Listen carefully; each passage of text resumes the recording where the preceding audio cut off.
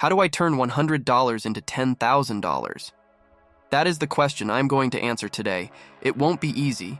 So if you give up quickly and are not serious, you should go watch somebody else. Now that we got rid of all the casuals, let's dive in. Today, I'm going to break down one of the many strategies you can use to find coins that have the ability to go 100x. Maybe in the future, I will cover some lesser-known ways to find 100x coins. So stick around and hit that subscribe button. This strategy I'm going to reveal is one that any beginner can understand and start implementing immediately. In this video, I am going to cover my thesis for the greatest chance beginners have for making 100x with investing in crypto. I will cover some examples of this thesis working in the past, some places where I am looking right now, the risks associated with this strategy, and finally when to know how to exit your positions. Disclaimer: just because 100x gains happen all the time does not mean that they are easy to get. You need to be quick, savvy, and lucky. Before we hop into the video, I am not a financial advisor. Nothing in this video is financial advice and is made for educational purposes only. Please consult a financial advisor before making any financial decisions. Crypto is like any other market in the world. It is heavily manipulated. We can use this to our advantage if we can anticipate the direction of the manipulation and pinpoint who wants to manipulate what. In this video, I will only be covering fundamental analysis projects. No comments on meme coins or NFTs in this video. I define a fundamental analysis play as a project where there will be revenue and the possibility of cash flows coming to the holders. Examples of fundamental plays are Uniswap and synthetics. If we look at the incentives that are at play for all the players involved in any crypto coin or ecosystem, most of their goals are the same. Their goals are to reach product market fit and to pump their coin. In order to find these gems, we will look at ecosystems and narratives where money and attention are flowing, the developers in those ecosystems who are in a good position in regards to technical skills and marketing ability, the probability that their project will gain traction, and finally, if there is potential for a bubble to form. The formula I use to think about this is narrative plus founder plus product minus risk equals success score. Before I get into the examples, make sure to join my Discord server Moon Math, where we have hundreds of crypto traders and investors looking for the next big trades that could make them filthy rich. Link in the pinned comment. Now let's analyze a few examples of great gems that went over 100x in the past and see if we can notice any patterns. Wonderland time. Back in 2021, this not-so-well-known Italian emerged from the ashes of the mid-2021 bear market as the new king of decentralized finance, with a few solid innovative projects under his belt, namely Spell and Popsicle Finance. The tech was good, but the marketing was even better. Thousands of participants were brought in from outside crypto into the scene because of his charisma. His name is Daniele Sestigali, and he had 3 projects: Spell, Popsicle Finance, and Wonderland time. I will focus on Wonderland because that's the most popular and most infamous out of the 3. Time was piggybacking off the popularity of Olympus DAO's decentralized reserve currency protocol, the Avalanche ecosystem's hype, and Danny's notoriety. Let's analyze this project with my formula. The narrative for Wonderland was that it was the second coming of Olympus DAO, and it had higher yield, which made it more attractive for investors. Additionally, there was a ton of liquidity flowing to the Avalanche ecosystem at the end of 2021 because of their ecosystem fund. This added fuel to the fire, along with Danny's antics on Twitter. Also, Ethereum was getting backlash for having high gas fees. Avalanche was faster and way cheaper, so it was a preferred chain for retail investors. For the founding team, Danny was well respected in the space at the time and could do no wrong, and he had a background in finance and development, so he could explain complex topics in a way that was simple to understand. He also had a great sense of humor and regularly went viral on crypto Twitter and popularized the term, "We are all going to make it." The product is good, did what it was meant to do. Be a decentralized reserve currency protocol. The product was already validated by Olympus DAO, which outperformed during summer 2021. It was also built on Avalanche, which made it easier for retail to use it. Because gas on Avalanche was so cheap, it was extremely affordable to use. The risk was minimal. This was a proven concept. All was good until the community found out Sifu's true identity. Then there was an issue because they made too much money and couldn't figure out how to use the treasury, suffering from success. The result was success in a big way. Look at how all of these performed in 2021. Time went over 100x from 15 million to 2 billion at its peak. Let's look at another project that did over a 100x. Yearn Finance. This was one of the big coins in the original DeFi summer in 2020. It was built for optimizing yield for yield farmers through automation. It was built around the narrative of streamlining DeFi yield farming.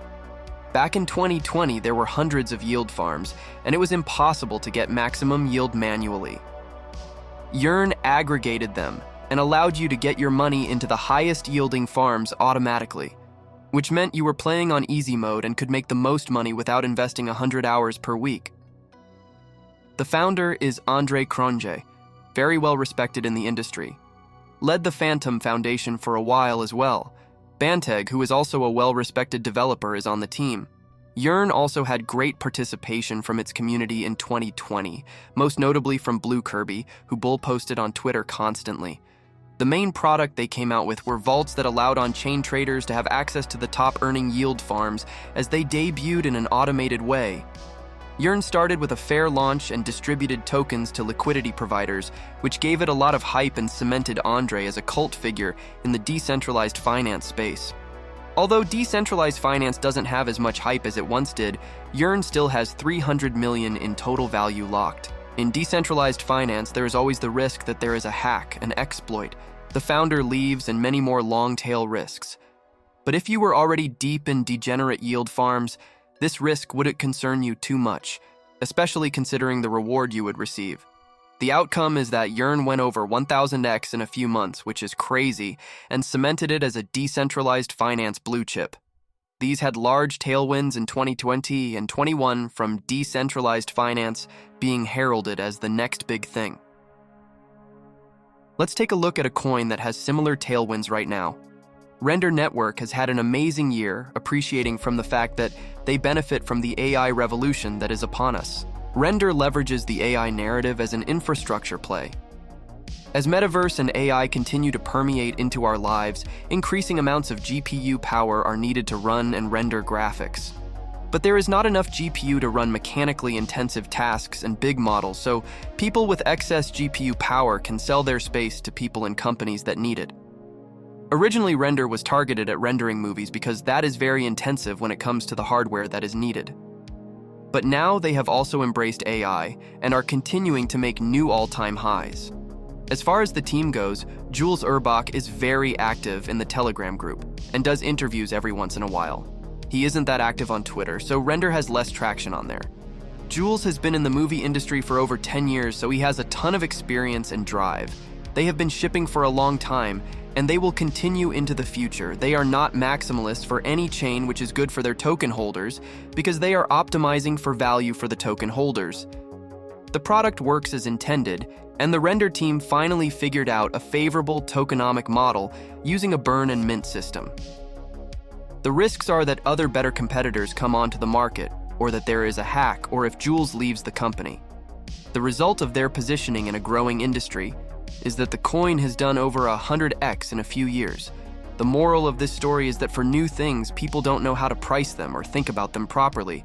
This means that it's easier for them to enter bubble territory, similar to the way that novel tech companies do in the stock market.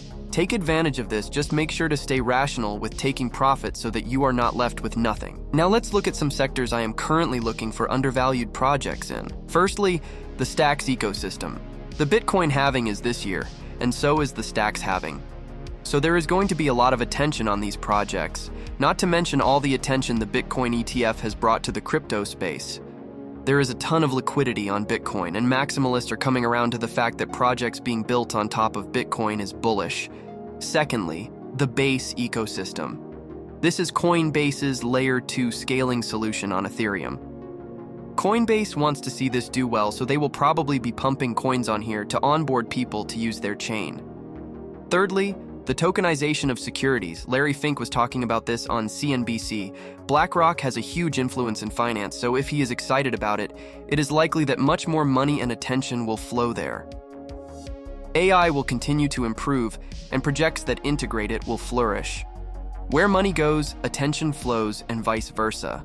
Liquidity is what allows you to enter and exit trades in an efficient way. Meaning that if, for example, you have 100K worth of X coin, you can sell and turn that 100K in X coin into 100K of USDC. If the coin isn't liquid, that 100K of X coin could turn into 80K of USDC or less. The coins you should be investing in should depend on the size of your portfolio. For example, if you have a portfolio worth 10 million, you should not be in the trenches trading meme coins that have $200,000 market caps. It is easier to get higher liquidity on fundamental value coins because it is more rational to invest in compared to meme coins. In other words, easier to build a narrative around. Now let's look at my exit plan. The exit plan is very different depending on what I invest in. A very conservative approach you can take is to cut your initial investment on a 2x and free roll the rest. Another exit plan that I take is to compare my coin to other coins and see if there are any that are running harder. For example, charting them versus Ethereum or versus Bitcoin. One tactic that I haven't seen discussed as much is relating to mentions and impressions on Twitter if the coin isn't fundamental analysis adjacent. If hype dies down for a coin, it is not good because there is nobody coming in to pump, which creates a downward effect if there are no whales in the corner to pump pricing. This is a very nuanced approach, and you have to watch the market closely for this to work. Lots of coins end up bleeding out because they can't market themselves and the developers don't deliver because there is no hype. Also, be aware of price targets that people have they will exit far before. For example, if consensus is BTC 100K, then exit at 60K. Same thing happened with Doge to $1 in 2021. If you enjoyed this video, make sure to subscribe and join the Moonmath Discord server. Link is in the comments. Until next time.